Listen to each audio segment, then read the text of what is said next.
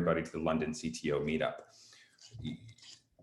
Before starting LinearB, Ori was the VP of R&D at Cloudlock, a cybersecurity company acquired by Cisco. And during his time at Cloudlock, Ori saw his colleagues in sales and marketing present their team progress in terms of metrics, and he knew that this was kind of the future of engineering.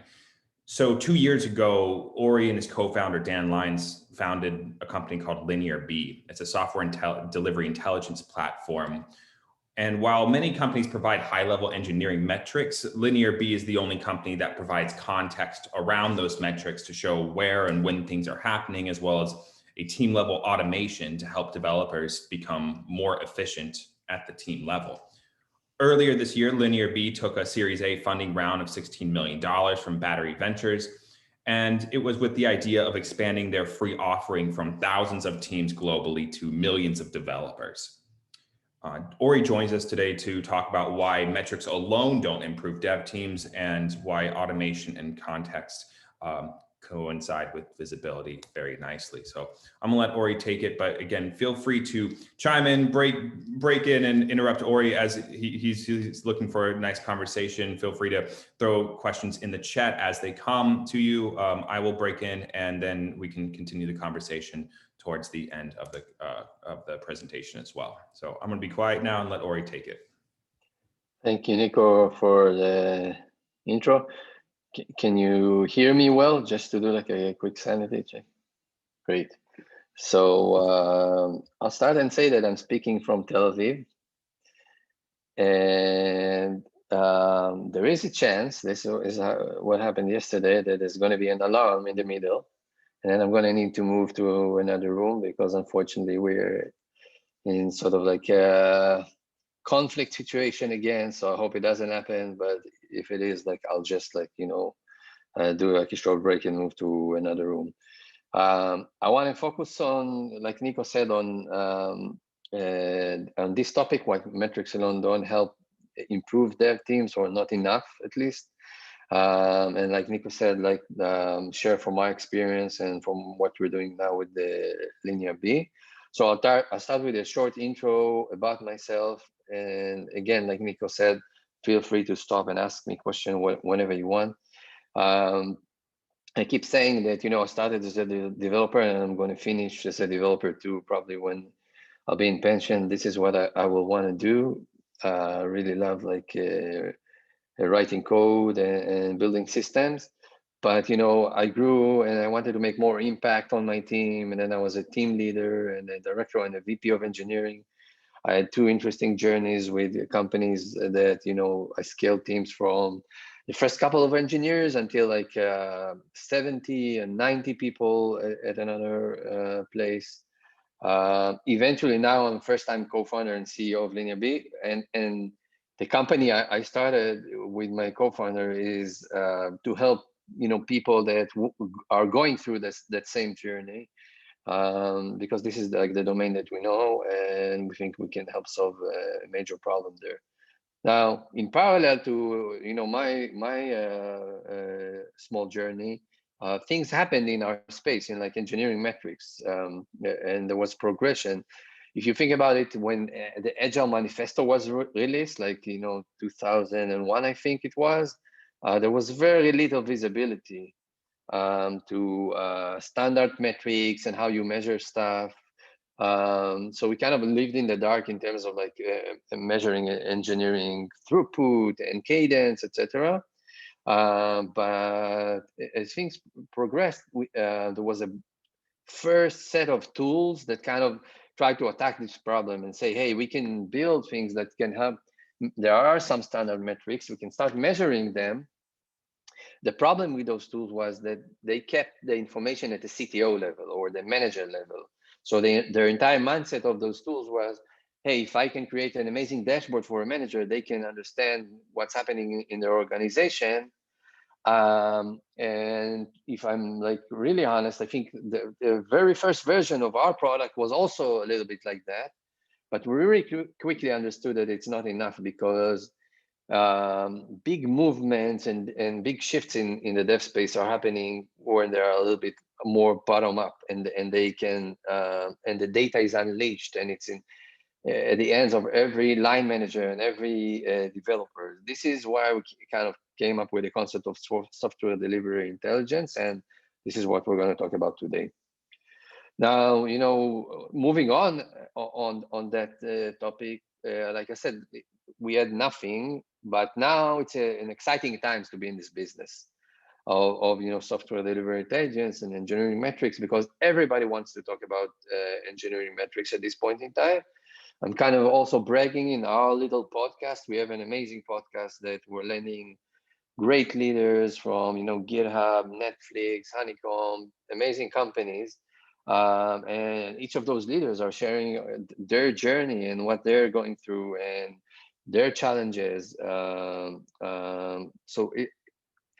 saying two things. Again, first one is a little bit of a bragging. We have this cool podcast, but the second one is it's becoming a hot topic. It's like a hot topic. How do you attack the problem of like deploying engineering metric program right?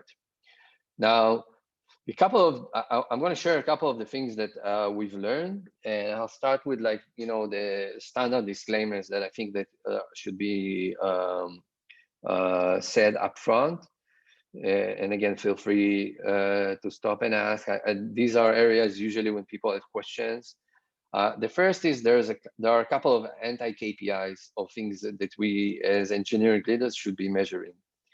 And most of them include things like if we count lines of code, right? It doesn't really mean that we're counting the right metric. It could be that people are, implementing stuff that's not necessarily helping our team, etc. Same goes for a number of commits. These are things that can be played really easily and gamed really easily. Everything around individual stack ranking will probably send, there are cases that you have to do it, but in most of the cases, it will probably send your team to a journey with a bad culture, or a culture that you don't want to adopt. And the last topic is story point. And every time I put story point here as an anti-KPI, people talk to me and ask me, oh, why story point? Not a good thing to measure. And I'm not saying story point is not a good thing to measure, but we're just seeing that sometimes story points should be used as a capacity planning tool, right? To understand how much content people can take in each iteration. It should not be used as a productivity metric.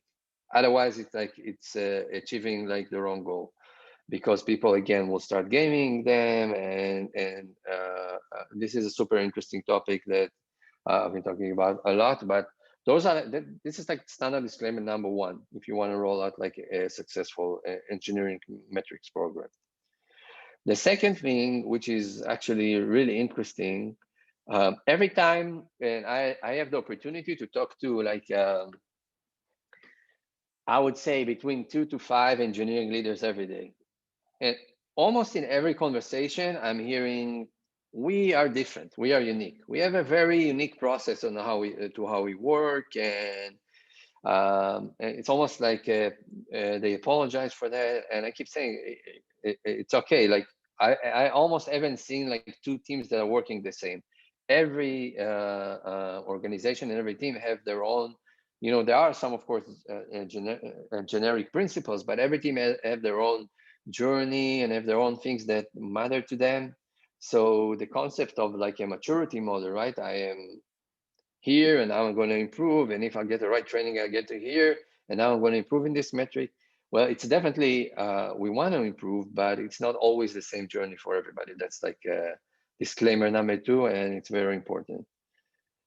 Now, even with all these disclaimers in place, the topic that we want to talk is why, let's say we know how to dodge those anti-KPIs. And the second disclaimer, I still want to emphasize that if we just use metrics, they don't necessarily improve dev teams, or at least not enough. And what we learned, like I told you, we had a product in the beginning that was more focused on just showing metrics for a CTO, an amazing dashboard. But quickly we iterated and we learned, because we listened to what our first customers told us, that if you really want to improve, you have to do two things. First, it has to be like a bottom-up approach.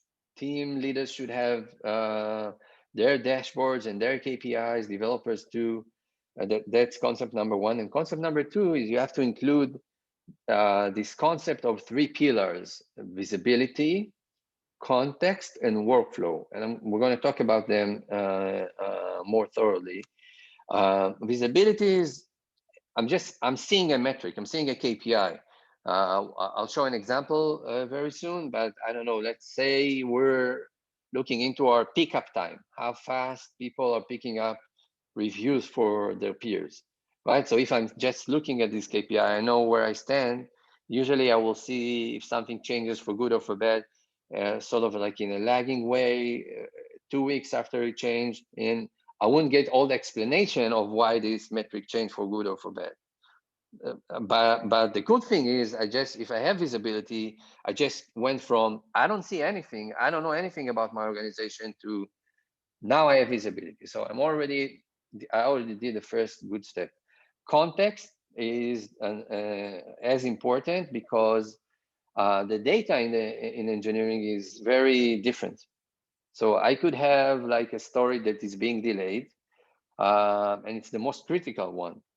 But I could have like a story that the team is working and it's being delayed, but it's part of a hackathon project and it's okay. I consciously choose like not to invest there.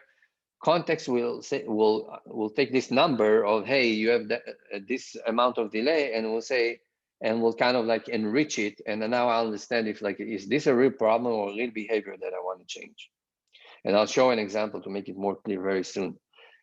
Now, once I establish what kind of behaviors I want to change, I need the workflow and workflow automation, because they will make sure how do we stabilize like the behaviors that we want to encourage. And again, the best way to explain it is with an example. So I'm going to move on to one of my favorite examples. So go with me with this example and imagine that you have a new developer that onboarded to your team. So that's great. You probably like paired them with someone. They get an onboarding program and everything. Now they start contributing. When they start contributing, all of a sudden what could happen is that the reviews that people are giving them are longer than everybody else's, because it's very natural. It takes time. Like I always say, there's a lot of like knowledge. It's almost like a knowledge base, how people are reviewing code. Like when you join a new company, that's like one of the things I recommend developers do. Like go and read like all the past reviews. You kind of understand how this team works. So if I just have visibility, I will kind of see, hey, like my reviews are now 3 days. They used to be like hours, and now they're 3 days. By the way, what you're seeing here is a metric called cycle time, which is a super metric, because it kind of tells you how much time it takes from a developer committing code until the code is in production. And it's broken into 4 segments. And now in this example, we're talking about the review segment. So in this example, we're seeing, hey, all of a sudden my review time is up. So if I just have visibility, I wouldn't know that that's the new developer, that nobody is helping them enough to push the review through. I will just see a number that is going up. Is it better than not seeing anything? Yes. Is it good enough? Unfortunately, the answer is no. Now, if I move one step further and I have context, and I can see, hey, you know what? Here is a long review, an actual long review that's happening in the system. I can see to what story it relates to. I can see that the person that is working on is my new developer. I can start to identify, either if I'm like a CTO or a team leader, here is a behavior that I need to change within my team. So context kind of like took me from just seeing a number to understanding, oh, this is the behavior that's causing that number to change.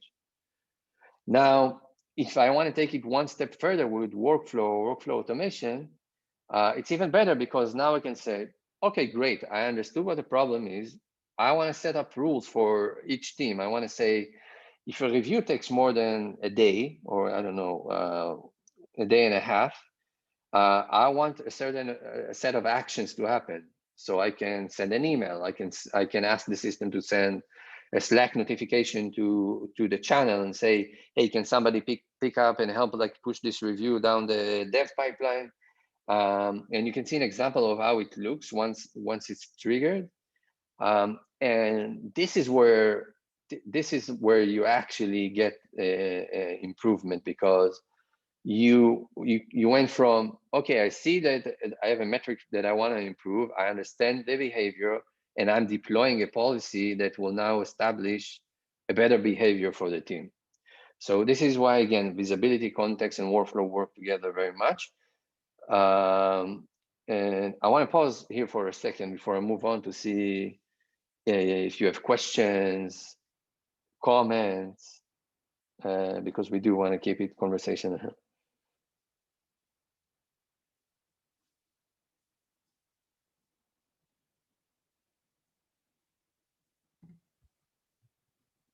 No volunteers to ask the first question. No, hi. No, sorry, this is Mark Batty. I'm having some issues with my video and the different cameras, but no, nothing specific at the moment. It's all making sense what you're saying, and I agree with with what you've said so far and with the direction you're heading. I'm keen to see nearer the end how we can all kind of view an overall, shall we say, idea and process and understanding. For me, it's more about the mindset, about what makes up continuous improvement. It's something that I've been dealing with myself quite a lot the last few years. It's something that I've been thinking about. So yeah, I'm very keen to see how the session progresses, really. But yeah, so far all good, and yeah, enjoying it. Thank you.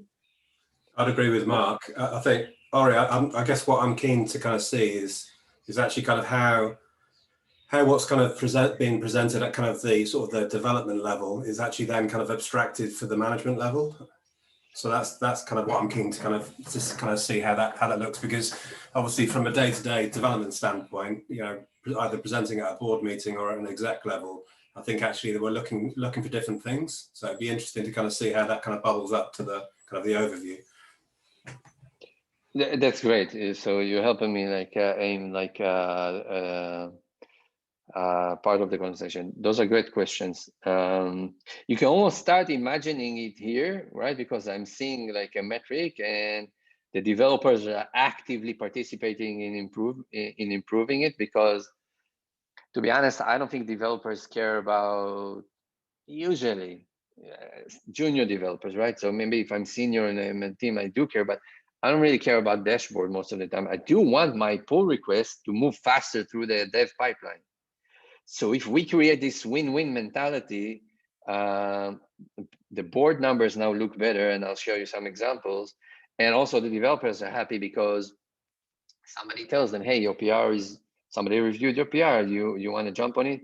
So we're SDI, or Software Delivery Intelligence, try to create this, like, make every persona happy. But it's a good question. I hope I answer it better next couple of slides.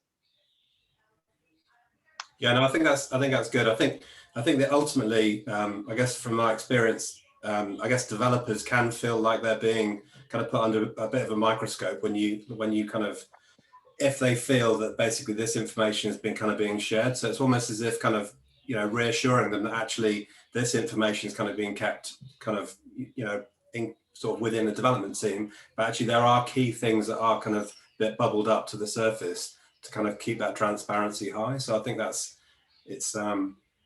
it's just kind of getting away from that kind of big brothers watching you, I guess.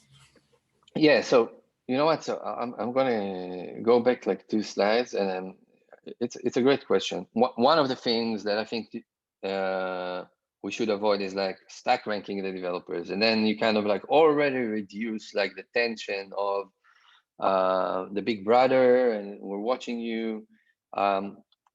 What we said here, and this is our philosophy, and this is, I think, SDI's philosophy, is focus on teams and not on developers. Development is a team sport. So I'm issuing a PR, somebody is reviewing it, there are like opinions, somebody else is like better at deploying the code. So I think one of the things that really help is like to adopt a philosophy that like puts the team in the middle and less like the individual developer. even though sometimes we have to, but in most of the times, I think it's the best approach. And the second thing is, and I'll show you an example of this, if you're adopting a platform like that, and you as a CTO get your dashboard to present in the executive meeting, but as part of the platform, since you do care about probably okay, the shipping value faster and in more efficient way, you give developers tools to do that, and not necessarily dashboards where they can see where am I. Now everybody is happy. That's like where the success is happening. But I'm going to show you those examples, I think, as we move later on. So I hope it answers for now. So let's talk a little bit more about visibility. I gave here some examples, so some cool examples. For example, you see here 2 projects. That's something we call a project view. You can see how your resources, how your people are allocated throughout the project. I remember when I was a VP of engineering, my CEO always asked me, where are we spending our time? That's like every month I've been asked again and again the same question. Can you show me where are we spending our time? We have 6 people here, and then I'm showing ridiculous stuff, right? I have 0.2 people on this project because that person needs to move between a project. So having data to win those arguments, or at least to make a point, is really, really important. So that's part of what we're seeing here. The second part is where are we spending our time inside the project? Are we more focused on bugs or value? And the planning accuracy, or how fast we're burning through, if it's a Kanban project. All of these things help with discussions for a VP or CTO with my executives, but also with my team leaders and with my peers. And another good example of visibility, I don't know if you're familiar with DORA and the 4 key metrics out of the Accelerate book and the research group that is called DORA. It's really interesting. If you don't know them, check them out. They're really cool, and they have some amazing insights. They picked up the 4 key metrics that an engineering organization should have. You're seeing 3 of them here, which is cycle time, deployment frequency, meaning how many times we're deploying throughout the week or a day or a month, and mean time to restore, meaning if we have a production bug that's causing a degradation of service or downtime or outage, how much time it takes us to restore. And each organization defines differently. So it's less about benchmarking ourselves against others. It's more about creating our baseline and improving from there. So visibility is great, like we said. Context is even better because, like we said before, now I can see, hey, where is, remember we showed before, where is the focus is concentrated. I can see here a story with a lot of action, a lot of people working on, more than 10 people, and commits every day. Context will help me not just see it at the commit level, but kind of deconstruct the image and correlate it back to a Jira story or Epic or whatever project management we're using. And then I can see, again, not at the project level, but at the board level or something like that, to see where are we spending time. It's great for a team leader. And the last piece of workflow, like I told you, the team can define what's a work at risk for them, right? So if a pull request is big, 40 code changes, I don't know, and if it's refactoring a lot of code, hey, just let us know on the team channel, so we'll allocate QA resources. Or something is too much of a basic review, I want to define what it is. And those things, again, help improve, because they're not dependent on the cycle. Hey, every 2 weeks I check the metric and I have a conversation with my teams. You can really roll it out, and all the teams and all the developers can be actively working with it. You can also see an example of an individual developer who customized those things and say, hey, I also want to be notified when somebody approves my pull request, gave me some comments, build failed, coming soon also. Your PR was just released. So when developers get this like downstream visibility, right, into the dev pipeline, it really encourages them like to get this time to be shorter, and of course with higher quality. So I hope it makes sense. I want to pause for a second and talk about just for, you know, with one slide about LinearB and how we can help. So a little bit about ourselves. So maybe like on the right side, like I told you, I was a VP of engineering twice. My co-founder, Dan, an amazing guy, he was a VP of engineering as well. We believe our philosophy for this type of product is give them for free for every team, which is under 8. And we love our free users. We have 2,000 teams using it for free. And it's not, you know, free, it's free forever.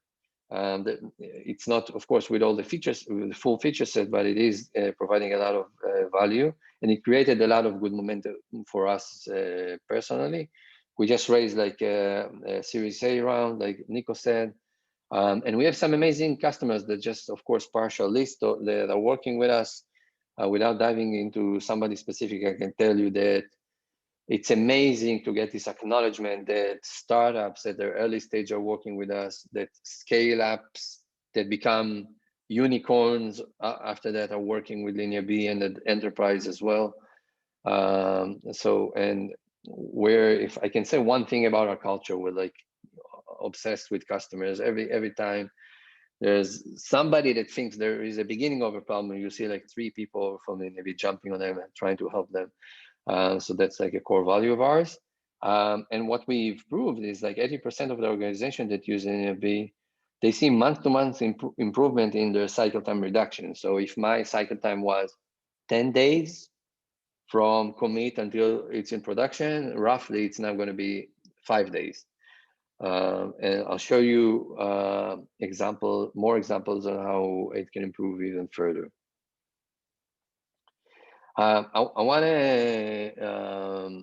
to now focus on, you know, this section is, okay, we talked very high level, but let's see about a couple of examples that I think are, I wouldn't say tactical, but very simple to grasp and understand. And they do, if they're the 80-20. If you have to choose something, I would focus on them because they give you an immediate improvement. And the first example is around the PR sizes and the cycle time. So what we've seen, and we've seen data for a lot of customers by now, is if you are able to, so usually there is a user story, and then the team will break it into like 10 different tasks. If the team is now already customized, you know, it's their nature to say, hey, let's break this into small tasks, small PRs, and not do one big chunk of work and then release it. What will happen is the PR size will go down. The cycle time will be much faster because it's easier to review 40 lines of code that has been changed rather than like 500. Everything will go through the dev pipeline faster. And then you will have a situation that within the 15 tasks that you need to complete that story or epic, 3 or 4 are already in production. They may be silent, but you reduce the risk, right? Because if there's, unfortunately, if there's an explosion, it's a small explosion with an easy rollback. So this triple, you know, threat thing of like small PRs, short cycle times, and deploying a lot, and we'll talk about deployment frequency, I'll show you in a second, is the thing that gives you like the immediate improvement. It's not always easy to do, but it's not that hard also. I like this example from Charity Majors. She's the co-founder and CTO of Honeycomb, one of the smartest engineering leaders that we had the pleasure like to host. And I like this sentence, like shipping new code should be as small, as common, as regular, as unmarkable as a heartbeat. And if we are able to, in small steps, right, move our teams to think like that, right? From we've seen a lot of customers, and even our team at the beginning was big PRs, cycles of 10, 15 days. And it took us time like to get that culture in. Now the risk of everything we release is much, much lower. And it can happen. So as you can see, multiple deployments per day, small PRs, shorter cycles, ensure like high quality and fast speed.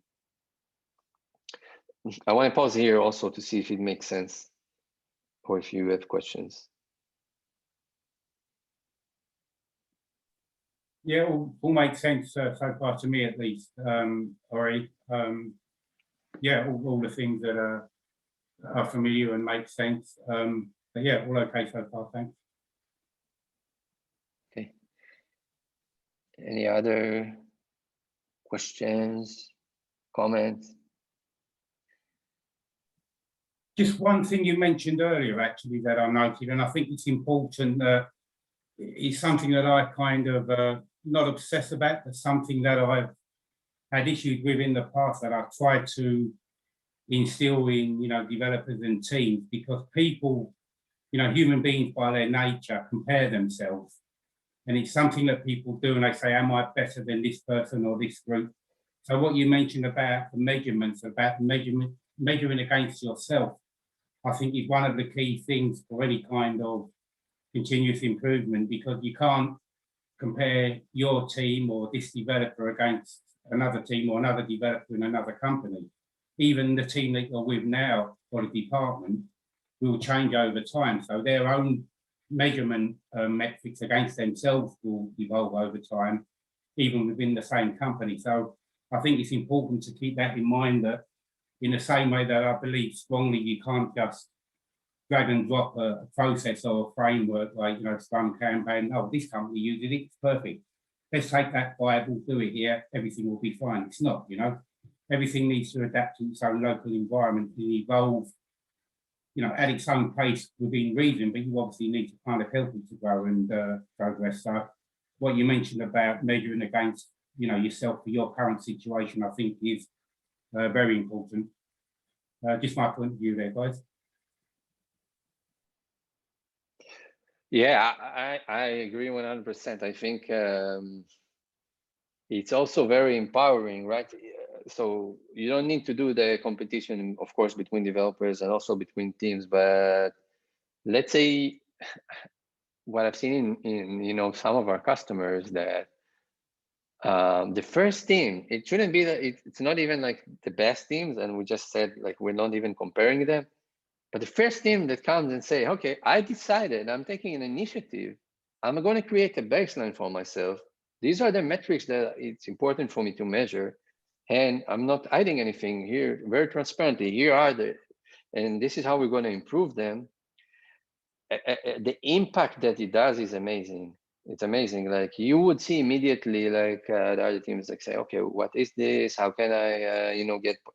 It's inspireful when somebody said, okay, it's time for us also to measure ourselves. This is our baseline, not comparing ourselves. We just want to improve. By the way, we'll have some great iterations where we're over average, and we have some bad ones, but we'll just look at ourselves in the eyes and we'll say, this is it. Improvement never stops. So I agree with you 100% about like the not comparing.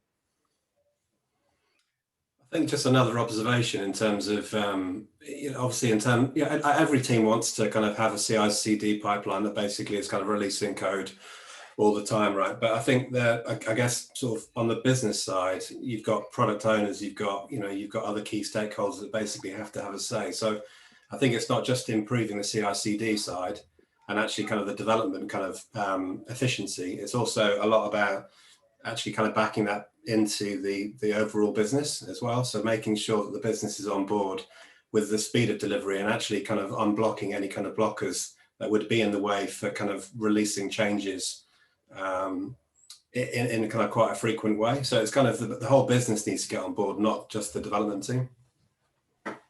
Absolutely. Yeah, Sorry. Somebody else said Sorry, Ori, go on. I was, yeah, it's okay. I'm piping in where I shouldn't. Apologies. Yeah, so I love this question, and what worked for me in the past, and now we have a bunch of customers that are doing that, is to almost draw a line, like put like the 4 KPI, main KPIs for engineering. It's an educational session, but it's important to do it once with your executive team. And then you put like the business goals on the other side, and then you stretch the line. If my cycle time is shorter, the sales cycle is shorter. You know why? Because we're delivering value faster. And then it clicks for executives, because I can say, again, it takes time, but you say, this one is affecting this one. There is this, you know, change failure rate or rework of how many stuff that we're working, we're refactoring really fast after a week or two, because, you know, we probably had a problem there. If you're measuring that and you're showing that it's going down and you're improving, you're immediately drawing a line to customer retention. I did this session once. I offered like with a bunch of customers and gave them this one slide that shows engineering KPIs and how they align with business goals. And this really helps like for executives to understand why is it important to also improve those. And I think that's really powerful, right? I think fundamentally it comes down to transparency. And I think that the point you're making here is obviously making this transparent to the exec, but also making other metrics like, you know, what the sales pipeline looks like, what the product roadmap looks like, and making sure, to your point, making sure they're fully aligned with one another rather than basically being off at a tangent, because otherwise one's going to slow down the other. It's a great point. Yeah. So so yeah, what I've seen when people are doing that, it's really helpful.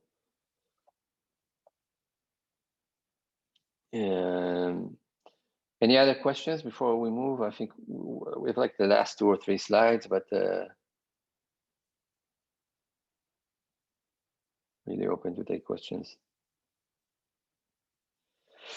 Okay, cool. So, you know, at the beginning, I told you that, I don't know if we missed that detail, but what we're seeing, and we have a lot of data, is when you go from darkness, I don't know what my cycle time is, which is fine. Like when I was a VP of engineering, I didn't know that. And you turn on product that gives you visibility to your cycle time or other key metrics. You're already improving. You remember how I said like metrics alone don't improve? Well, they actually do help you improve a little bit, because it's not the best way, but if like there's a CTO or a manager that has like a good communication architecture and he speaks with the teams, or they speak with the team and they help like move this data, it does help. It's much better that the data is available for every line manager and every developer, but just visibility gives you almost like a, I think our researchers show like we said, 50%, 48% improvement. Just like the fact that you onboard and you see like your cycle time, for example. But we want to give 2 examples, and with protecting the privacy of our customers, 2 great examples of customers that did something more than that. So one, provisioned access to 100% of the developers. So our platform, you can use it. We've seen organizations that are big and they say, okay, we just want to use it for management. And we always recommend rolling it out transparently to everybody in the organization. But some choose just to use managers. This team provisioned access to 100% of the developers in day 1, once they onboarded. And the result that we've seen, that after on board, there was an improvement, but after they activated workflow with the combination, and workflow means like everything I showed you before, like something is waiting too much, a developer is getting noticed, somebody reviewed my PR, I'm getting a notice, my build test, I'm getting like a notification. So all of a sudden, like all the cycles are short, because there's no idle time, or at least I can snooze and I can say, listen, I'm in the middle of something, notice me in an hour again. this is amazing because this company was able to improve by almost 90%. So it's dramatic. Again, from 10 days, you can take it like to 1 day from commit to production. So those things, so that's one example. Another example is a company with 60 users and 55% of those users are using the product every week, at least once. And we're giving those examples because I think there are two ways to roll it out. Again, trying to avoid a CTO just holding the information for himself. And these are two examples of companies that kind of rolled it out, one like 100% and the other one almost 100%. And the result was that on top of those 48%, there was an extra 38% once they chose their policy and guardrails. They said, these are the things that are important for us to be alerted when they happen. And the improvement was, again, dramatic in those metrics. Now, this is powerful. When you come with those slides and with those explanations to an executive room, when you speak with your team leaders about that, you take it from, and this is our work. We work hard to take this discussion about, remember how we said everybody wanted to talk about engineering metrics, to take it from that area where it's still academic and concretize it, make it something you can really leverage, really deploy, really can use, because this is our mission in life. And I think that's the last slide because, you know, we know that we're obsessed with this mission, but every customer have their own level of engagement that they want to go through. So we invest a lot in resources. You can just read more about everything we just talked about and learn about how to, we have an engineering metrics runbook that can help guide through a program that helps you roll this out. We have a podcast and a Discord community that we're inviting everybody to join, where you can learn about all these topics. And everybody has their own pace, but once you're ready, you can also try the product for free. It's literally 2-3 clicks and you'll know your cycle time and you can deploy your policy for improvement. So that's it in high level. That's what I had for this today's session. We still have, I think, 15 minutes. So I'm here to help with any question, any comment you might have.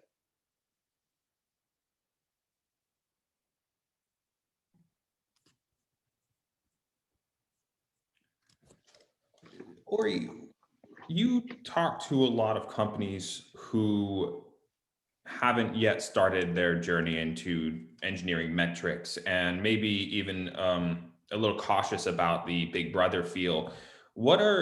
How does one go from kind of not having any metrics to starting this program and bringing those into is there like a 1, 2, 3 step type process of the initiation of the program itself? Yeah, I think there is. There is, but like I said, in the maturity models, it's everybody with their own pace and everybody with what they think. Some will say, "Hey, I'm going to jump on a product and I'm going to just start there and I'm going to see my metrics. I'm going to bring them to my executive, get a buy-in, right, and then roll it out to the team." Some people will want to talk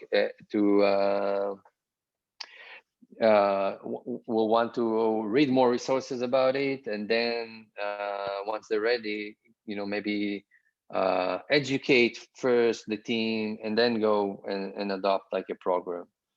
So it's everybody has their own journey. If I have to recommend, I would start with those things that we showed today with the DORA metrics, with those 4. Get visibility into those, start a conversation with your teams around it, be ready, and then communicate up to the executive and say, hey, we're ready and we want to show you some things on how we measure. I hope it answers the question, Nico.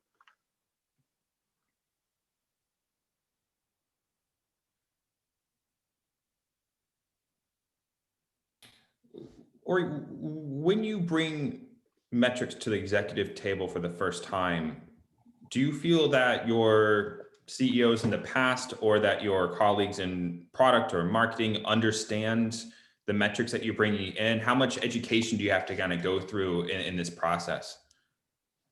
Yeah, that's a great question. I think when I was a VP of engineering, like my last role, like I think was 2016. And I'll be honest, like I tried a couple of times, I failed.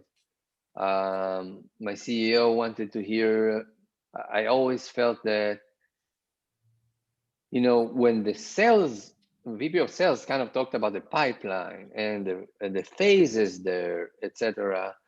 The CEO like would want to talk with them about, okay, how can we improve the phases so we sell more, right? And I kind of envy. I said, okay, I want to have the same conversation, because basically what the VP of sales does, it says like, this represents my domain, and I want to bring you so you can have a smart conversation with me and give me your input. So I think, again, only at the end I got to show some metrics that helped with the conversation. Fortunately now, there is a playbook. You can say, here are the 3-4 metrics. Here's how they connect, like I told before, like to the business goals, which are usually like the same. Okay, let's get more revenue. I don't know. Let's get customers to stay with us. And you can draw a line. And once you have those conversations and you establish like a sort of like an education session, I've seen, not for me, unfortunately, but for our customers, like a full transformation. I've been getting emails from people saying, oh, it's so much fun. Now I can talk to my VP of marketing and they can understand what we're doing and almost give me advices on, hey, maybe if you improve that or improve that. So it takes time, it takes education, but it works.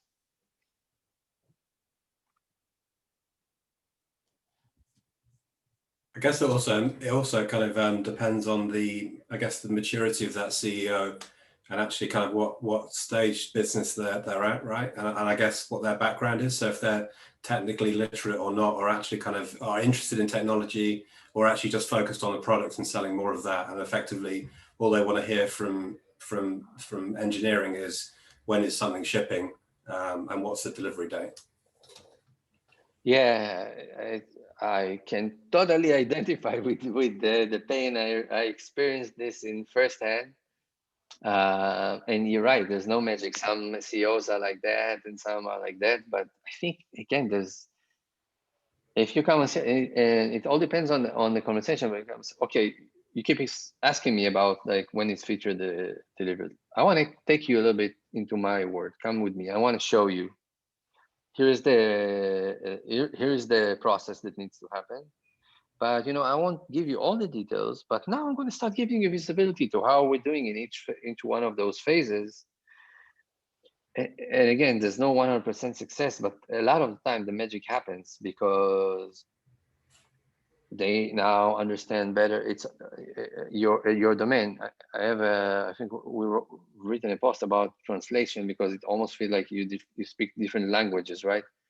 Business speak in language A and you speak in language B. So you kind of build this bridge and you translate it, and now they can understand your domain better. Of course, there's no 100% success guarantee. It depends on the maturity of CEO. But I've seen sales-driven CEOs that are not technical that get it, because usually they want to measure stuff, and so you say, hey, I'm decided to start measuring things. It's already a good start to a conversation with the CEO. Exactly. I think you have to be slightly careful when you open Pandora's box that you're ready for the implications, because obviously when you kind of open up to the CEO basically all these various different metrics, it gives them the ability to kind of, in some cases, micromanage, right? In terms of actually, yeah, but you kind of told me this and now you're telling me that. So effectively, kind of, I guess you need to abstract it enough to be able to actually kind of have some room to maneuver should things change, and be able to then be quite transparent on that. Yeah, you're right. I believe in transparency, and at the end of the day, like if somebody wants to micromanage, it's tough, right? But I think this can help. This can help. It can help like avoid this micromanagement. There's no replacement for good managers that understand and they want to communicate. Those tools help to build these bridges and help communicate.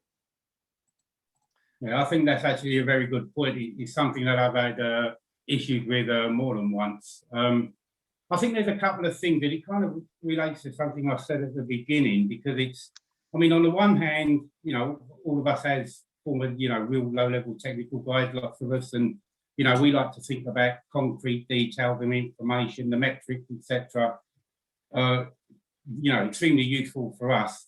And as you said, Ori, to start introducing some of those to, you know, the senior leadership team, you know, the executive stakeholders, etc., so they can at least visualize in some way. But even the ones that are somewhat technical still have trouble understanding that, I find. And what I tend to do, or what I've found helpful quite a lot, is to talk about it in more abstract terms. So much so I even created a little image on my LinkedIn background profile about continuous improvement. And it's essentially about, you know, trying to prevent that micromanagement, because when somebody, like a CEO, starts pushing for a particular feature or a particular action, it's because of fear of failure and because of fear of consequence, and because they think you're not achieving any kind of progress. But what they're looking at is like the trough, in the peaks and troughs that are natural. You know, progress isn't linear, it goes up and down. It's an overall progress. We need to kind of get the idea to go across the, you know, we need to accept the reality of today, but that overall trend, if it's going up, that shows us our progress and our continuous improvement. But the point about micromanagement, I think, is a big one that I'm sure we've all faced in the past, and having some kind of visibility with some of the metrics you've mentioned earlier is one way, I believe, as long as they're not overloaded, because they tend to get kind of, you know, too overloaded and not sure how to interpret those sometimes. But if it's done in a simple way where they can see simple ups and downs, but accepting that the ups and downs are just part of a cycle, it's the overall upward trend that we're looking at over time is I think, the important point for them. Yeah, so sales don't always sell like the same. They have good quarters, bad quarters too, right? Yeah. So Yeah, exactly. and the CEO will talk to them and we'll say, okay, let's see what we need to improve. I always felt like sometimes that I was like I didn't get enough seat at the table as like a CTO or a VP of engineering. And once I've started being consistent with some metrics that I have, and I think now we have more tools in our tool belts. It kind of like I felt that I'm being listened to more. I'll tell you one more thing that I think can help. If you think like those, again, connecting the dot between the business goals to the engineering goals is super powerful. Cycle time, I've heard sell time. It also sounds the same. And they get it. Oh, if you create shorter cycles, my sales cycle will be shorter because the value is faster. Usually the people are waiting for features. You know, code churn and equality issues to customer churn. There's a sketch that Nico, maybe we can send that sketch. So this one helps a lot.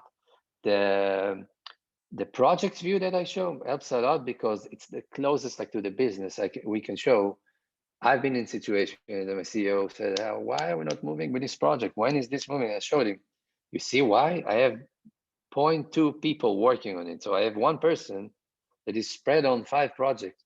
You need a critical mass like to be successful with a project, and data wins arguments. So the project view and where we're investing the time, which is also a bunch of the metrics, is really powerful. Maybe you start there because it's really tied directly to the business. You see, they will see the name of the project. It's already tied in their heads to, you know, bigger initiatives that the company have, and then get a little bit more technical with like the technical engineering metrics. Guys, we have A couple more minutes left here in the session. Ori, I just wanted to have you hit on kind of, we've been talking about going up into the leadership team and talking to them about this, but no one wants to micromanage their team or be an overlord of somehow, and bringing in a new tool as a CTO can sometimes be a challenge if your senior managers are against it or feel that this is sometimes a big brother situation. If someone wanted to bring in a tool that did measure metrics, what is a good way to counteract some of those arguments that might come up from senior managers saying, this is an artwork, okay? This is not something we're going to measure. I'm not sure I understand the question. You're saying I'm a CTO and I want to roll out, yeah, but if a CTO wants to roll it out, and my managers, like, they report to me saying, hey, it's an art, what worked for me, what I've seen work for our customers, usually you would always have one or two teams that want to be data driven. You will find them. You know who they are. They are out there. And I always think the best way is like to start like a POC, or even give them like the tool for free and test with them, and then you get buy-in, at least from, like, again, one team that is more data driven. They see how it helps their developers. They have the same problem, right? Team leaders will go to the developers and say, oh, like, now I'm being notified and things are ready for me. I have this small bot or this small thing that works for me. And then you get success with one or two teams.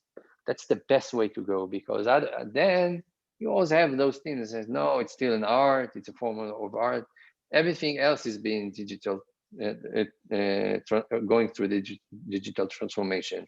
Sales, marketing, customer success, HR, even, like, we're the developers, like, we're the last group that is not going through that. So I think that's the best way. Start with one thing, find like the champion in the organization that would love to work like that, and then it gets spread really good. I think those teams that say that it's a dark art or it's a science or it's magic or something are, like, in my experience, they can be quite lazy and actually don't want the spotlight shined on them, because effectively it will the data will tell you exactly what's happening with that team, and they're falling behind, right? So I guess it is a balance to actually kind of encourage them to adopt it and actually show the reasons why. But in some cases, like you say, there are teams that are kind of set up for it, and other teams that aren't set up at all for it. And effectively, they will push back as much as possible. And in some cases, they'll leave the business because they feel uncomfortable being measured by data. Yeah. So this is why, again, you're right, but this is why, again, you have to, like, choose the tools that don't put a specific developer on the spot. It's more about team and team sports, and finding like the right team leaders that kind of get it. There's always that risk, but somebody that's good at their craft, they want to improve. It's really simple. Like, it's that simple. If you're good at your craft and you want to get better, you have the right person, like anything. If somebody is like saying, yeah. So you'll quickly see that the people that are good and they want to be great and they want to improve, they will want those tools. Awesome. Guys, we're perfectly on time. Ori, thank you so much for joining us today. This is a really great session. Everyone, you can find Ori on LinkedIn, Ori Keren, and LinearB.io. There are links in the chat. We'll be sending out the recording, I'm sure. And thank you all for joining us today. Thanks very much. Thank you. Thank you. I really enjoyed the time.